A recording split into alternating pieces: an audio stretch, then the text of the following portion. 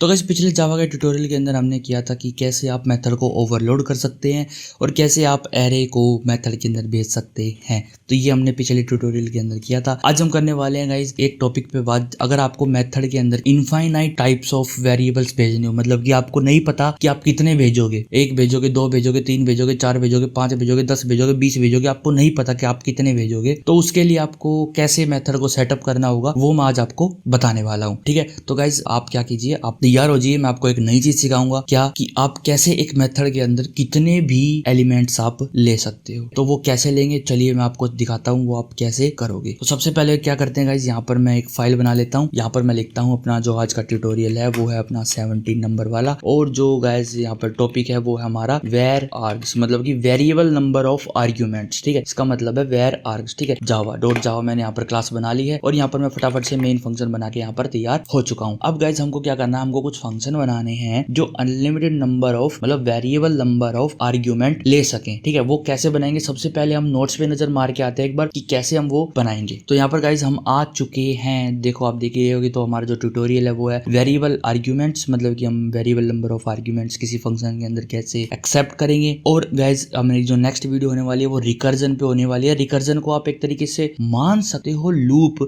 पर ये लूप है नहीं, पर एज अ लूप इसको आप यूज कर सकते हो। लेकिन रिकर्जन गाइस आपको बताऊंगा मैं कहाँ और क्यों यूज किया जाता है। तो आज हम बात करने वाले हैं वेरिएबल आर्गुमेंट की। तो चलिए चलते हैं वेरिएबल आर्गुमेंट्स क्या है उसकी तरफ। तो यहाँ पर देखिए गाइस, यहाँ पर आपको बताऊंगा, a function with variable number of argument can be created in Java using following syntax. एक फंक्शन मतलब कि एक मेथड हम बना सकते हैं जो कि वेरिएबल नंबर ऑफ आर्गुमेंट्स लेता हो, मतलब कि पैरामीटर्स या फिर आर्गुमेंट्स आप उसमें दे सकते हैं। और वो हम कैसे बनाएंगे, वो हम बनाएंगे, हम लिखेंगे जैसे नॉर्मल फंक्शन हम बनाते हैं ना, वैसे ही हम इसको ऐसे लिखेंगे, पब्लिक स्टैटिक वॉइड। ये आपको स्टैटिक का मतलब पता ही है, वॉइड का मतलब आपको पता है, और फंक्शन का नाम यहाँ पर लिखेंगे। ब्रैकेट के अंदर होगा जो हमारा जो मेन जो हमारी चीज होगी वो ब्रैकेट के अंदर होगी। देखो यहाँ पर हमने सबसे पहले देना है डेटा टाइप। डेटा टाइप मतलब अगर इंटीजर्स के बहुत सारे वेरिएबल्स आने वाले तो इंट देंगे। उसके बाद लगाएंगे गाइस हम 3 डॉट लगाएंगे, 1 2 3 डॉट लगाने के बाद यहाँ पर वेरिएबल का नाम देंगे, ARR जैसे दे दिया, तो ये एज अ एरे इस वेरिएबल के अंदर सेव हो जाएंगे। वो मैं आपको प्रैक्टिकली करके दिखाऊंगा। और ये जो गाइस आप पब्लिक देख रहे हो ये है हमारा एक्सेस मॉडिफायर। इसका मतलब मैं आपको ओप्स के अंदर समझाऊंगा जब हम ऑब्जेक्ट ओरिएंटेड प्रोग्रामिंग स्टार्ट करेंगे, वहां पर मैं आपको पब्लिक के बारे में बताऊंगा कि ये पब्लिक, प्राइवेट, प्रोटेक्टेड, डिफॉल्ट क्या होते हैं और ये आप किस किस जगह कौन से टाइम पे यूज करोगे। ठीक है, तो अभी देखते हैं गाइस, यहाँ पर जो हमारा ARR, देखो यहाँ पर मैंने बता रखा है ARR is used as array in this function, और यहाँ पर आपका जो फंक्शन है वो क्लोज हो जाएगा। बाकी और कुछ नहीं है इसके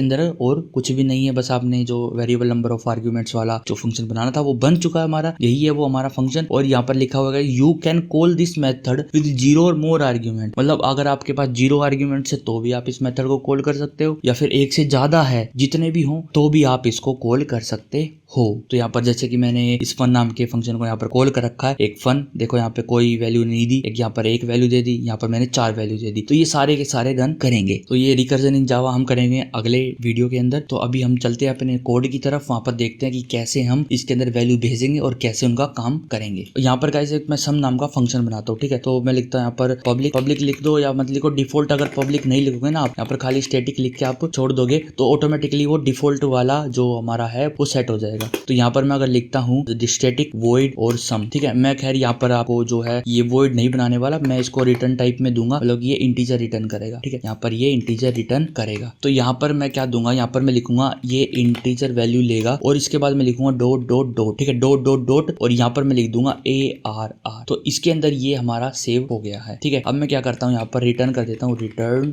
टोटल नाम का एक वेरिएबल मैंने यहाँ पर रिटर्न कर दिया। अब देखो गाइस मैं यहाँ पर सम को कैसे मैनिपुलेट करता हूँ, लेकिन मैं सोच रहा हूँ इससे पहले ना मैं आपको एक चीज बता दूं, जैसे कि मैं INT टोटल नाम का एक वेरिएबल बना के इसकी वैल्यू में स्टार्टिंग में 0 देके यहाँ पर छोड़ देता हूँ, और इसको मैं अभी के लिए अभी यहीं छोड़ देता हूँ। अभी आपको सिंपली दिखाता हूँ, एक स्टैटिक वॉइड और यहाँ पर एक फन नाम का फंक्शन बनाता हूँ, और इसके अंदर मैं लिखता हूँ जैसे कि इंटीजर ले लो, स्ट्रिंग ले लो, मैं यहाँ पर अगर स्ट्रिंग दे देता हूँ स्ट्रिंग, और यहाँ पर मैं डॉट और यहाँ पर ARR अगर मैं लिख दूं, और यहाँ पर ARR की जगह गाइस आप कुछ भी लिख सकते हो, ये एज अ वेरिएबल नेम आपका काम कर रहा है, वेरिएबल बन जाएगा। इस ARR को आप नॉर्मल नॉर्मली एक एरे की तरह यूज कर सकते हो। मैं क्या करता हूँ, यहाँ पर फॉर ईच लूप लगाता हूँ। अगर आपको फॉर ईच लूप नहीं पता क्या होती है तो आप ऊपर आई पे क्लिक करके देख सकते हैं कि फॉर ईच लूप कैसे आप चला सकते हो। तो यहाँ पर मैं लिखूंगा स्ट्रिंग, स्ट्रिंग के बाद गाइज मैं यहाँ पर लिखूंगा एलिमेंट जब, या फिर मैं कुछ भी लिख देता हूँ, जैसे कि मैंने str लिख दिया, कोई वेरिएबल का नाम लिखना और यहाँ पर मैं लिखूंगा ARR, मतलब कि ARR वाली स्ट्रिंग पे मैंने ये काम करना है। और मैं यहाँ पर साउट कर देता हूँ अपना क्या str मैंने यहाँ पर साउट कर दिया। तो अब मैं अगर इस फन नाम के फंक्शन को कॉल करता हूँ तो यहाँ पर मैं स्ट्रिंग कितने भी स्ट्रिंग दे सकता हूँ। जैसे कि मैंने एक दे दी यहाँ पर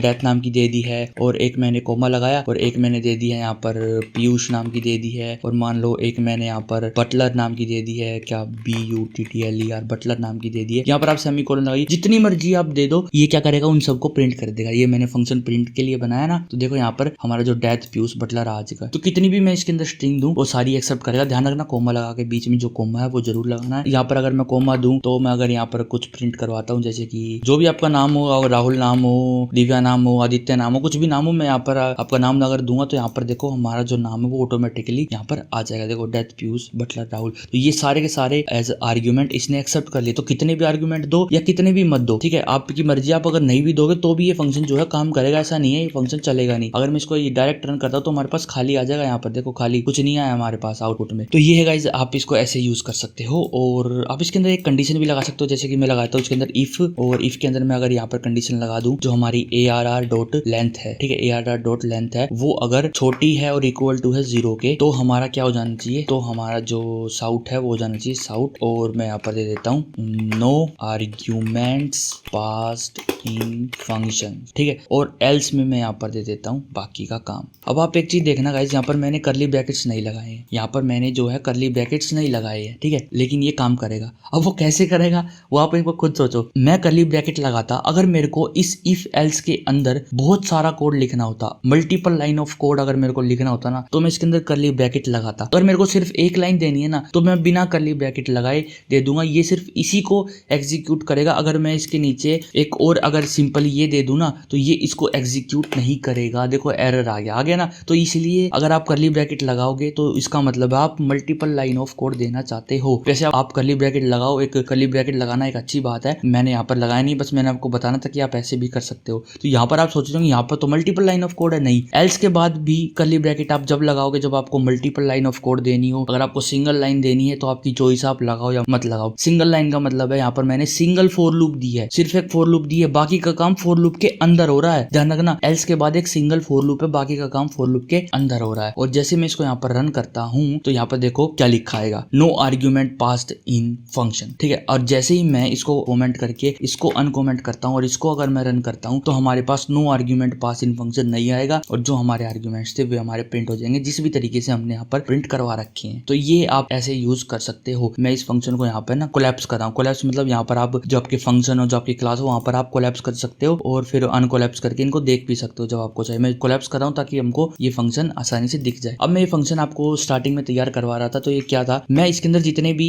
यहाँ पर मैं जो ये सम नाम का फंक्शन है इसको मैं कॉल करूंगा, जितने भी मैं इसके अंदर नंबर दूंगा ना, ये उनको प्लस करके मेरे को रिटर्न कर देगा टोटल क्या आंसर आएगा, ठीक है, ये उसको रिटर्न कर देगा। और मैं उसको एक इंटीजर में सेव करवा लूंगा, इंटीजर सी नाम के वेरिएबल में मैंने इसको सेव करा लिया है। और मैं यहाँ पर प्रिंट करवा दूंगा, प्रिंट मतलब कि यहाँ पर मैं साउट करवा दूंगा सी को, ठीक है। तो ये मैंने काम करना था। तो ये कैसे करेंगे, मैंने एक टोटल नाम का वेरिएबल बनाया जिसकी वैल्यू मैंने इनिशियली में 0 दी है, बाकी अगर मैं 0 नहीं देता तो भी ऑटोमेटिकली इसकी वैल्यू 0 ही होती। कंफर्मिंग मैंने दे दी है, ठीक है। उसके बाद मैं क्या करूंगा, एक लूप चलाऊंगा। और लूप गाइस आप यहाँ पर फॉर ईच लूप भी चला सकते हो और नॉर्मल लूप भी चला सकते हो। मैं फॉर ईच लूप यहाँ पर चलाने वाला हूँ। और फॉर ईच लूप के लिए आपको पता है क्या करना पड़ेगा, यहाँ पर मेरे को इंट लिखना पड़ेगा। इंट लिखने के बाद यहाँ पर मैं लिखूंगा एलिमेंट और फिर यहाँ पर मैं लिख दूंगा ARR, ठीक है। यहाँ पर मैंने ये कर दिया और उसके बाद मैं यहाँ पर ये चलाऊंगा और इसके बाद मैं यहाँ पर लिख दूंगा total plus equal to element. यहाँ पर ये काम हमारा हो गया। अब टोटल में बार बार एलिमेंट प्लस होगा। यही लाइन आप ऐसे भी लिख सकते हो, total equal to total plus element, ठीक है। आप ऐसे भी इस लाइन को लिख सकते हो। तो दोनों आपके पास चॉइस, आप कैसे भी इसको लिखो वो आपके पास चॉइस है। देखो आप समझ ही गए होगे, मैंने ऐसे लिख दिया, इसी लाइन को आप ऐसे भी लिख सकते हो। सेम वर्क करेंगे दोनों के दोनों। तो जैसे मैं इसको यहाँ पर रन करता हूँ तो हमारे पास देखना क्या आंसर आएगा, 97 हमारे पास आ चुका है। देखो हमने एक सम नाम का फंक्शन तैयार कर लिया जिसके अंदर मैं कितनी भी वैल्यूज दूं, 2 दूंगा तो 2 प्लस हो गया जाएंगी, 1000 दूंगा तो हजारों के हजारों सारी आपस में प्लस होकर आ जाएंगी। यहाँ पर 9 आ गया हमारे पास, ठीक है। तो ये कितना अच्छा हमारा फंक्शन तैयार हो गया। ऐसे गाइस आप फ्लोट का भी बना सकते हो। जैसे ये इंटीजर ले रहा है तो फ्लोट का बनाने के लिए क्या करोगे, इसको ओवरलोड कर दोगे। यहाँ से इसको कॉपी करो और नीचे इसको पेस्ट करके जहां पर यहाँ पर इंट है वहां वहां पर आप क्या कर दोगे, वहां पर आप फ्लोट लिख दोगे। कैसे लिखोगे देखो मैं अभी दिखाता हूँ आपको। इंट मिटाया और फ्लोट लिख देते हो, कितना आसान हुआ। एक मेथड हमने ओवरलोड कर दिया। अब मैं चाहूँ तो इसके अंदर मैं फ्लोट वैल्यूज भी दे सकता हूँ, ठीक है। ये अभी भी एरर आ रहा है क्योंकि गाइज ये नॉर्मल फ्लोट वैल्यू अगर आप डायरेक्ट देते हो ना तो वो उसको एज अ डबल लेता है। मैंने आपको वेरिएबल वाले ट्यूटोरियल में बताया था कि अगर आपको एक नॉर्मल अगर डेसिमल वाली अगर वैल्यू अगर लिख रहे हो तो वो फ्लोट बनाने के लिए आप यहाँ पर एफ लिखोगे इन दोनों वैल्यूज के पीछे, तो ये एज अ फ्लोट काम करेंगी। और गाइज यहाँ पर ये जो रेड निशान आ रहा है ये पता क्यों आ रहा है, क्योंकि मैं इन सबको प्लस करवा के ये रिटर्न करवा रहा हूँ और इंटीजर में रिटर्न करवा रहा हूँ। ये